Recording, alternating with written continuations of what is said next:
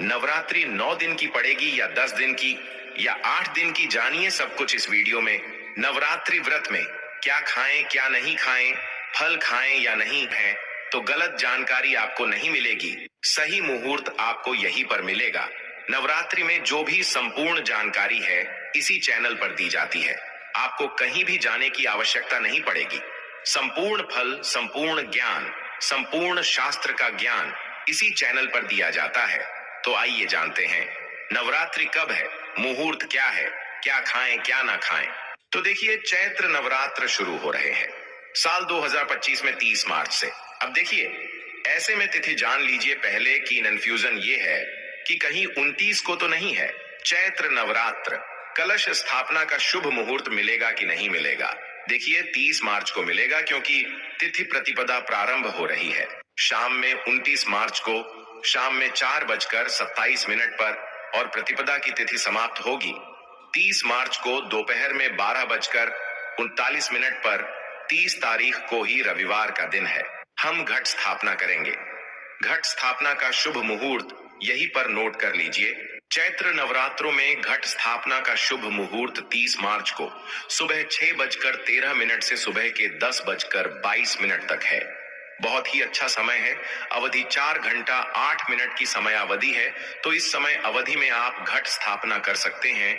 इतना समय सौभाग्य से मिलता है, आप समय निकाल कर घट स्थापना कर सकते हैं। अब कई लोग घट स्थापना अभिजीत मुहूर्त में करते हैं, तो अभिजीत नोट कर लीजिए। दोपहर में देखिए 12:01 से 12:50, लगभग 50 मिनट की समय अवधि है। तो ये दो शुभ मुहूर्त हैं घट स्थापना के, नोट कर लीजिए।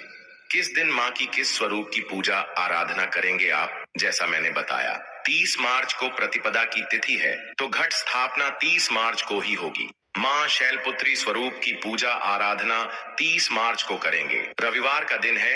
ये नवरात्रि का दूसरा दिन 31 मार्च को है। आज के दिन माता ब्रह्मचारिणी स्वरूप की पूजा करते हैं। सिंधारा दूज मनाई जाती है आज के दिन में, आज ही के दिन में। देखिए, माँ चंद्रघंटा की भी पूजा आराधना हो जाएगी। तो एक दिन में 2 माताओं की पूजा आराधना इस बार हो रही है। इस वर्ष चैत्र नवरात्रि 30 मार्च 2025 रविवार से शुरू होंगे और 9 दिनों का यह पावन पर्व 6 अप्रैल 2025 सोमवार को समाप्त होगा। क्योंकि इस बार नवमी और अष्टमी तिथि एक ही दिन पड़ रहे हैं। 6 अप्रैल 2025 दिन रविवार को ही अष्टमी और नवमी दोनों दिन एक साथ पड़ रहे हैं। आप इसी दिन कन्या पूजन कर सकते हैं। जो लोग सप्तमी को कन्या भोज करते हैं, तो वह लोग 5 अप्रैल दिन शनिवार को कर सकते हैं। दोस्तों, जो भक्त सच्चे दिल से माता रानी की पूजा आराधना करते हैं और उनकी भक्ति में लीन हो जाता है, तो माता रानी उसकी सच्ची भक्ति से उसकी पुकार अवश्य सुनती है। और जो इच्छाएं उसके मन में होती हैं, तो माता रानी उसे वो सब कुछ देती हैं जो उसको चाहिए होता है। माता लक्ष्मी दोनों हाथों से धन की वर्षा करती है। माँ दुर्गा उसी पर अपनी कृपा दृष्टि बनाती है जो नवरात्रों में खास तौर पर माता की सेवा में लग जाता है। देखिए, माता की सेवा में आपको बिल्कुल भी कंजूसी नहीं करना है। दिल खोलकर माता रानी की सेवा करें। जितना हो सके माँ को प्रसन्न करने में लग जाएं। साल भर के इस त्योहार में माता धरती पर आती है और उसी पर कृपा दृष्टि बनाती है। जो माता को सच्चे हृदय से प्रसन्न करता है, उसे रंग से राजा बनाकर ही जाती है। फिर चाहे वो राजा हो या भिखारी, माँ की नजरों में वो सबसे बड़ा है जिसकी भक्ति में प्रेम, आस्था और माँ के प्रति सच्ची लगन हो। इसीलिए माँ की भक्ति में आनाकानी ना करें। दोस्तों, एक बार सच्चे हृदय से कमेंट बॉक्स में लिखें, जय माता दी। और हम देखिए, माता की सेवा में आपको बिल्कुल भी कंजूसी नहीं करना है। दिल खोलकर माता रानी की सेवा करें। जितना हो सके माँ को प्रसन्न करने में लग जाएं। साल भर के इस त्योहार में माता धरती पर आती है और उसी पर कृपा दृष्टि बनाती है। जो माता को सच्चे हृदय से प्रसन्न करता है, उसे रंग से राजा बनाकर ही जाती है। फिर चाहे वो राजा हो या भिखारी, माँ की नजरों में वो सबसे बड़ा है जिसकी भक्ति में प्रेम, आस्था और माँ के प्रति सच्ची लगन हो। इसीलिए माँ की भक्ति में आनाकानी ना करें। दोस्तों, एक बार सच्चे हृदय से कमेंट बॉक्स में लिखें, जय माता दी। और सबसे पहली बात, नवरात्रि में हम एक माटी के प्याले में जौ भरते हैं ताकि हमारे घर में सुख शांति बनी रहे और माता प्रसन्न हो जाए। जौ जब हरे भरे होते हैं तो घर में हरियाली आती है और सुख समृद्धि की प्राप्ति होती है। जब जौ हरे भरे होते हैं तो समस्त देवी देवता खुशियां मनाते हैं और घर की उन्नति के लिए कामनाएं करते हैं, आशीर्वाद देते हैं। हरे भरे जौ में साक्षात माता रानी अपने 9 स्वरूपों के साथ खेलती है और घर में सुखों की बारिश होती है तथा धन की बारिश होती है। और जिस घर में जौ के अंदर से हरियाली नहीं आती है तो उस घर में पहले ही पता चल जाता है कि अब आपके घर में गरीबी आने वाली है तथा परेशानियां आने वाली है, क्योंकि आपने पूजा पाठ में कोई ऐसी गलती कर दी होगी जिसके कारण जौ में हरियाली नहीं आ पाई। देखिए, आपको बता दे, हैरानी वाली बात तो है, बिना पानी के माटी में जौ डालते ही उग जाते हैं। वो भी बिना देखभाल करें हरियाली उसमें निकल आती है। लेकिन जब हम कलश स्थापना करते हैं और जौ बोते हैं तो यह बहुत ही सोचने समझने वाली बात है कि आपकी देख रेख में और जबकि आपने पानी बराबर डाला, परिवार ने अच्छे से देखा, फिर भी ऐसा होने के बाद जब उसमें जौ ना निकले तथा हरियाली ना उगे तो समझ लें साक्षात माता रानी आपसे नाराज हैं, क्रोधित हो चुकी हैं। माता रानी अपनी संतान को सदैव माफ कर देती है। आप सच्चे हृदय से माता रानी से माफी मांग ले। माता करुणामयी है और अपने भक्तों को, अपने बेटों को, अपने लाल को वह सदैव माफ करती हैं। जौ में कम हरियाली आना मतलब घर में धीरे धीरे खुशियों का वास होगा और ज्यादा हरियाली आने पर धन की वर्षा होगी। तेजी से व्यापार दिन दुगनी रात चौगुनी बढ़ेगा। कई लोग जौ में डेली पानी डालते हैं, जो कि इसमें पानी नहीं डाला जाता बल्कि पानी का छींटा मारा जाता है। इसीलिए जौ सड़ जाते हैं, खराब हो जाते हैं। ऐसा ना करें और इसी कारण हरियाली नहीं आती है। ज्यादा पानी डालने से ये खराब हो जाते हैं। दोस्तों, जौ जब आपके घर में हरे भरे हो जाए तब इसमें चांदी का सिक्का या 1 रुपया का सिक्का जरूर डालें। सिक्का डालने से माता रानी प्रसन्न होती हैं और आपके घर में धन का आगमन होना शुरू हो जाता है। दोस्तों, नवरात्रि समाप्त होने के बाद हरे भरे जौ का क्या करें? पहली बात तो ये कि इसमें जो आपने 1 रुपया का सिक्का डाला है उसे आप अपने धन रखने के स्थान पर रख लें। इससे धन में बढ़ोतरी होती है। दोस्तों, और अंत में नवरात्रि समाप्त होने के बाद इन जौ में से थोड़े पत्ते माता रानी के प्रसाद के स्वरूप में पूरे परिवार को खिलाएं। इसके पत्ते खाना बहुत ही शुभ और मंगलकारी माना जाता है। इसे जो भी खाता है वो जल्दी बीमार नहीं पड़ता। और बाकी आप इन जौ को गंगा में विसर्जित कर दें या नदी की धारा में छोड़ दें। इससे आपका व्रत संपूर्ण और सफल हो जाएगा। दोस्तों, कई लोग अपने घर में अखंड ज्योत जलाते हैं और जो बाती होती है तथा तेल बाती उसे कई लोग इधर उधर फेंक देते हैं या अपने घर में संभाल कर रख लेते हैं या फिर पानी में डाल देते हैं, जो कि इससे आपको कोई फायदा नहीं होता। जो अखंड ज्योति होती है उसे आप मामूली ना समझे। ये बुझने के बाद भी जागृत अवस्था में होती है। इसमें साक्षात माता दुर्गा का वास होता है। यह चैतन्य अवस्था में होती है, जागृत होती है। दोस्तों, नवरात्रि समाप्त होने के बाद इसके बचे हुए तेल को आप बच्चों की मालिश करने के लिए रखें और आप भी इससे मालिश करें। इससे आपकी सभी बीमारी दूर हो जाएगी और आपके ऊपर सकारात्मकता का संचार होगा। और साथ ही साथ जो अखंड ज्योति की बाती होती है उसे आप अपने बाजू में बांध लें। ऐसा करने से आपको धनी होने से कोई नहीं रोक सकता। बच्चे बड़े सभी बांध सकते हैं। इसको बड़ा करने के लिए इसमें आप कलावा बांध सकते हैं। दोस्तों, नवरात्रि में जब कलश स्थापना की जाती है तो कलश के नीचे चावल जरूर रखे जाते हैं और कलश के ऊपर एक नारियल भी जरूर रखा जाता है। ऐसे में हम इन दोनों चीजों का क्या करें, आइए जानते हैं। सबसे पहली बात, कलश के ऊपर जो नारियल होता है उसे आप कन्या पूजन में तोड़कर कन्याओं को बांट दें और आप भी माता रानी के प्रसाद के स्वरूप में खा लें। आप चाहे तो नारियल साबुत ही गंगा में विसर्जित कर दें। दोस्तों, और जो कलश के नीचे चावल रखे जाते हैं उसे आप थोड़ी हल्दी में पीला करके एक लाल कपड़े में बांधकर अपने धन रखने के स्थान पर रख लें या अपने पर्स में रख सकते हैं। इससे तेजी से धन बढ़ता है, माता लक्ष्मी की कृपा प्राप्त होती है। और बाकी चावलों को आप पक्षियों को डाल दें या गंगा में विसर्जित कर दें। और जो कलश और जौ होते हैं उसे आप गंगा में विसर्जित कर दें। ऐसा करने से नवरात्रि का संपूर्ण फल प्राप्त होता है और व्रत रखने का फल शीघ्र ही मिलता है। दोस्तों, और भूल कर भी ये गलती कभी मत करना, गंगा में कचरा आदि धूप बत्ती के डिब्बे, माचिस की डिब्बी भूल कर भी मत डालना। सड़े गले फूल गंगा में नहीं डालना चाहिए। इससे उल्टा व्यक्ति नरक में चला जाता है और परिवार में गरीबी का वास हो जाता है। गंगा मैया क्रोधित हो जाती है और श्राप देती है। इसीलिए ऐसा घोर पाप कभी मत करना। इसके पीछे एक कथा है।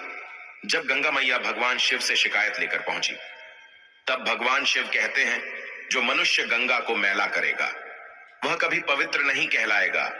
वह हमेशा नरक में भटकता रहेगा, उसे मोक्ष प्राप्त नहीं होगा। वह नरक के भांति इसी पृथ्वी लोक में भ्रमण करता रहेगा। इसीलिए गंगा को मैला नहीं करना चाहिए। नहीं तो आपका समस्त पुण्य नष्ट हो जाएगा, आपका पुण्य भूत पिशाच को प्राप्त हो जाएगा। दोस्तों, अगर आपको माता रानी की चुनरी उपहार में मिली है, जैसे जागरण आदि से या किसी पंडाल से या धार्मिक यात्रा से, तो ऐसी माता की चुन्नी बहुत ही शुभ मानी जाती है। इससे आपका वैवाहिक जीवन सफल हो जाता है। माता रानी की चुन्नी को आप संभाल कर रखें। इसे आप करवा चौथ पर, बट सावित्री व्रत आदि में या किसी पर्व पर, त्योहार में अवश्य पहने। इसमें माता रानी का आशीर्वाद होता है जो आपको प्राप्त हुआ है। ऐसी चुनरी सदैव संभाल कर रखें, क्योंकि माता की चुनरी जागृत अवस्था में होती है। इसे मामूली ना समझे। नवरात्रों में चाहे कुछ भी कर लेना, लेकिन यह कार्य जरूर करना। बिन पूजा पाठ के ही सारा फल मिल जाता है। आप चाहे कुछ करें या ना करें, लेकिन नवरात्रों में यह एक काम जरूर कर लेना। मैं माता रानी की सौगंध खाता हूँ, माता लक्ष्मी खुद आपके घर में चलकर आएंगे। आगे आपकी मर्जी। दोस्तों, नवरात्रि में बिना व्रत बिना पाठ के आपको संपूर्ण नवरात्रि का फल मिल जाएगा। यह वीडियो ध्यान से देखना।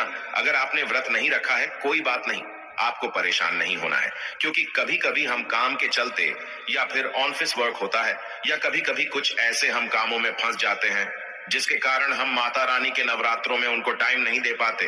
तो आपको परेशान नहीं होना है। अगर आपने व्रत नहीं रखा है, कोई बात नहीं, पूजा नहीं कर रहे हैं नवरात्रि में, कोई बात नहीं। दोस्तों, बस ये एक काम आपको कर लेना है।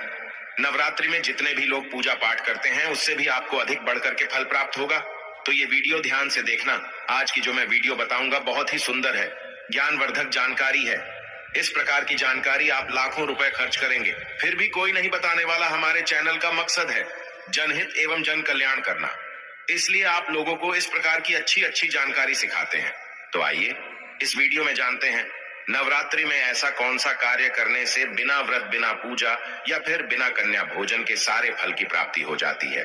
केवल सच्चे मन से अगर नवरात्रि के समय में कोई भी व्यक्ति पूरे मन के साथ, पूरे विश्वास के साथ, सच्ची लगन आस्था के साथ अगर दुर्गा सप्तशती में वर्णित सिद्ध कुंजिका स्रोत का पाठ कर लेता है, तो संपूर्ण दुर्गा पाठ का फल उन्हें प्राप्त हो जाता है। जो भी आप व्रत रखते हैं माता रानी के लिए, आप चाहते हैं कि माता रानी का आपके ऊपर आशीर्वाद प्राप्त हो, माता रानी की कृपा मिले।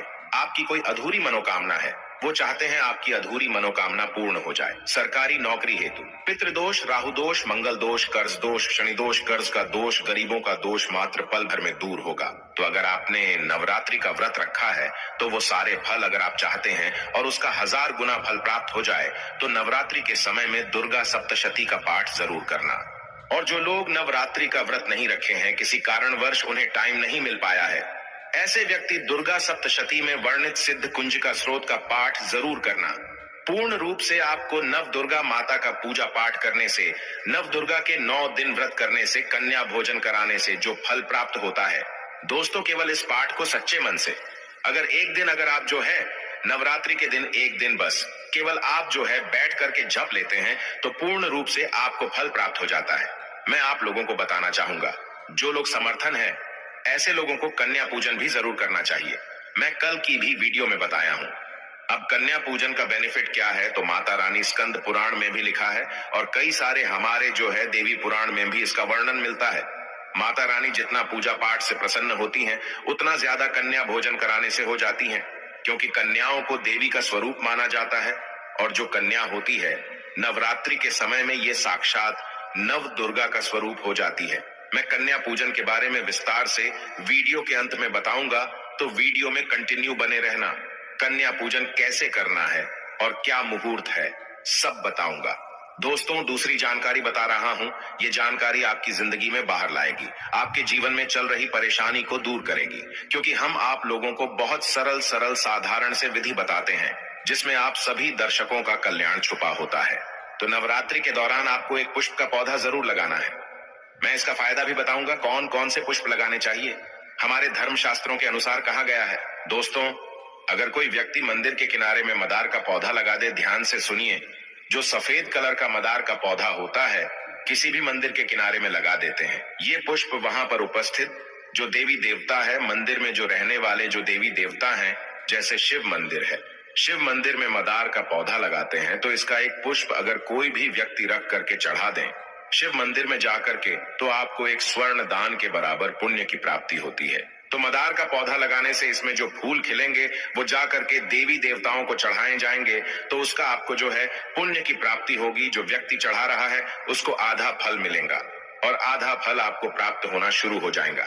तो मदार का पौधा अगर कोई भी व्यक्ति नवरात्रि के समय में किसी भी शिव मंदिर है, माता रानी का मंदिर है, उनके समीप में जाकर के लगाता है तो अक्षत पुण्य की प्राप्ति होती है। ना इसमें आपको व्रत करना है, ना पूजा पाठ करने की जरूरत है।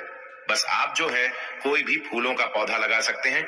इस श्रेणी में आते हैं जैसे मदार का पौधा, सदाबहार का पौधा। सदाबहार हमेशा हरियाली रहता है और ये हमेशा फूलते हैं। ऐसे फूल का आपको चयन करना है जो हमेशा फूलते रहें, जिसमें फल फूल आते रहें। तीसरे नंबर पर आता है कनेर का पौधा। जो कनेर का पौधा है ये देवी माँ का श्रृंगार कहा गया है। कनेर के पौधे से अगर कोई भी व्यक्ति कनेर का पौधा, सफेद कलर का अगर कनेर है तो फिर इसे अति उत्तम माना जाता है। कनेर के पौधे को पार्वती का स्वरूप कहा गया है। धर्मशास्त्रों में तो कनेर का पौधा चढ़ाने से माता रानी बहुत प्रसन्न होती हैं और गोदान के बराबर हमें फल की प्राप्ति होती है। आप चाहते हो तो गुड़हल का पौधा लगा सकते हैं। दोस्तों, मंदिर के किनारे में, देवी मंदिर के किनारे में अगर कोई भी व्यक्ति गुड़हल का फूल का पौधा लगता है तो हमारे धर्म शास्त्रों में ऐसा कहा गया है, गुड़हल के वृक्ष पर साक्षात मां जगदम्बा का वास होता है। जी हाँ, ये मैं कोई हवा में हवाई बात नहीं कर रहा हूँ, प्रमाणित बात कर रहा हूँ। धर्मशास्त्रों में भी लिखा है। आप माता रानी को 56 भोग लगाएं या ना लगाएं, कोई श्रृंगार का सामान चढ़ाएं या ना चढ़ाएं, इससे कोई फर्क नहीं पड़ता। लेकिन अगर कोई भी व्यक्ति नवरात्रि के समय में गुड़हल का पुष्प माता रानी को सच्चे मन से अगर माला पिरो करके 21 की संख्या में, 11 की संख्या में चढ़ा दी जाए तो उस व्यक्ति की वह मनोकामना पूर्ण होने से साक्षात ब्रह्मा भी नहीं रोक पाते हैं। गुड़हल का फूल माता रानी को चढ़ाने से नवरात्रि में आपने पूजा पाठ व्रत रखे हैं, पूजा पाठ कर रहे हैं, कोई बात नहीं। अगर आप व्रत नहीं कर पा रहे हैं, पूजा पाठ में टाइम नहीं दे पा रहे हैं, तो गुड़हल का फूल माता रानी को नवरात्रि के किसी भी दिन, एक दिन 21 माला पिरो करके, माला बना करके माता को चढ़ा देना, संपूर्ण व्रत का फल मिल जाएगा। आपने नवरात्रि का व्रत रखा हो या ना रखा हो, इससे कोई फर्क नहीं पड़ता। बस गुड़हल का फूल माता रानी को चढ़ा देना। तो ऐसा कहा गया है, कोई व्यक्ति अपने जीवन काल में अगर नवरात्रि के समय में गुड़हल का पौधा लगा देता है और इस पौधे में फूल आना शुरू हो जाते हैं और ये फूल अगर देवी देवताओं को चढ़ना शुरू हो जाते हैं तो माता रानी आजीवन आपकी बिल्कुल ही मदद करेंगी, आपके ऊपर अपनी कृपा बरसाएगी, आपको अपना पूर्ण आशीर्वाद देंगी और जब तक आप इस संसार में जिएंगे कभी भी निर्धन नहीं रहेंगे। ऐसे में आप अष्टमी और नवमी को, इन दोनों तिथियां में कन्या पूजन अवश्य ही करें, कन्याओं को भोजन अवश्य खिलाएं। शास्त्रों में 9 दिनों के नवरात्रि को बहुत ही शुभ और मंगलकारी माना जाता है और वहीं 8 दिनों के नवरात्रि को अच्छा नहीं माना जाता। ऐसे में 10 दिनों के नवरात्रि बहुत ही शुभ माने गए हैं। शास्त्रों के अनुसार नवरात्रि के दिनों में माता रानी का पूजन करने से, कन्या पूजन करने से मां अभय वरदान प्रदान करती हैं। कुंडली में जो कष्ट होते हैं उन्हें ठीक कर देती है। श्रीधर की तरह ही सच्चे हृदय वाले व्यक्ति के सभी कष्टों का निवारण मां शीघ्र ही करती है। मां की उपासना से विनम्रता का विकास होता है, सभी कष्ट, दरिद्रता, दुख, कष्ट नष्ट हो जाते हैं। नवरात्रि में माता रानी का व्रत और पूजन किया जाता है, लेकिन नवरात्रि के दौरान सबसे ज्यादा महत्व होता है कन्या पूजन का। दोस्तों, कन्या रानी जो होती हैं, फूल की पंखुड़ियों की तरह नाजुक होती हैं। कन्या पूजन सर्वोप्रिय है, श्रेष्ठ है। कन्या के रूप में स्वयं जगदम्बा देवी, माता वैष्णो, 9 देवियां अर्थात समस्त ब्रह्मांड इनके शरीर के कण कण में वास करते हैं। बहुत कम लोग जानते हैं 33 कोटि देवी देवताओं का वास होता है। कन्याओं के मस्तक पर कन्या चाहें छोटी हो चाहें बड़ी हो, वह सदैव पूजनीय है, मां के समान मानी जाती है। दोस्तों, माना जाता है व्रत और उपासना से माता रानी इतना प्रसन्न नहीं होती है जितना कि कन्या पूजन से होती है। नवरात्रि में छोटी छोटी कन्याओं को माता रानी का स्वरूप माना जाता है। कन्याओं को भोग लगाया जाता है, उन्हें प्रसन्न किया जाता है और बदले में आशीर्वाद मांगा जाता है। कन्याओं को प्रसन्न करने के लिए गिफ्ट आदि उपहार वगैरह दिए जाते हैं। माना जाता है अगर कन्याओं को कोई भेंट दी जाए और वो उसे खुशी खुशी स्वीकार कर ले तो इसका मतलब है माता रानी अर्थात माता वैष्णो ने वो भेंट स्वीकार कर ली जिन पर कन्याएं प्रसन्न होती हैं, तो समझो उन्हें माता रानी का आशीर्वाद मिल गया और माता रानी की कृपा से उन्हें मुंह मांगा वरदान प्राप्त होता है। कन्या पूजन कोई मामूली पूजन नहीं होता। समस्त ब्रह्मांड में जो पूजा होती है उनसे बढ़कर कन्या पूजन को माना जाता है। 10 बार गंगा स्नान करने से और 100 बार यज्ञ करने से तथा 1000 बार यात्रा करने से जो पुण्य मिलता है वह मात्र एक बार कन्या पूजन करने से करोड़ों गुना भक्त को मिल जाता है, प्राप्त हो जाता है। दोस्तों, इसीलिए कहा जाता है कि कन्याओं को सताना नहीं चाहिए। इससे समस्त ब्रह्मांड हिल जाता है। कन्याओं की जितनी सेवा की जाए कम ही होती है। कन्याएं कोई मामूली नहीं होती। कन्या के रूप में स्वयं उनके मस्तक पर विराजमान होकर स्वयं देवी चलकर आपके घर तक आती हैं। नवरात्रि में 2 साल से लेकर 10 साल तक की कन्या का पूजन होना चाहिए। अष्टमी अथवा नवमी को कन्याओं के पैर धोकर भोजन कराना, उपहार आदि देना श्रेष्ठ माना जाता है, दुर्लभ माना जाता है। ऐसा मौका कभी हाथों से नहीं जाने देना चाहिए। इस दिन जितना ज्यादा हो सके कन्याओं को हाथ पकड़कर, पैर पकड़कर अपने घर तक लेकर आए।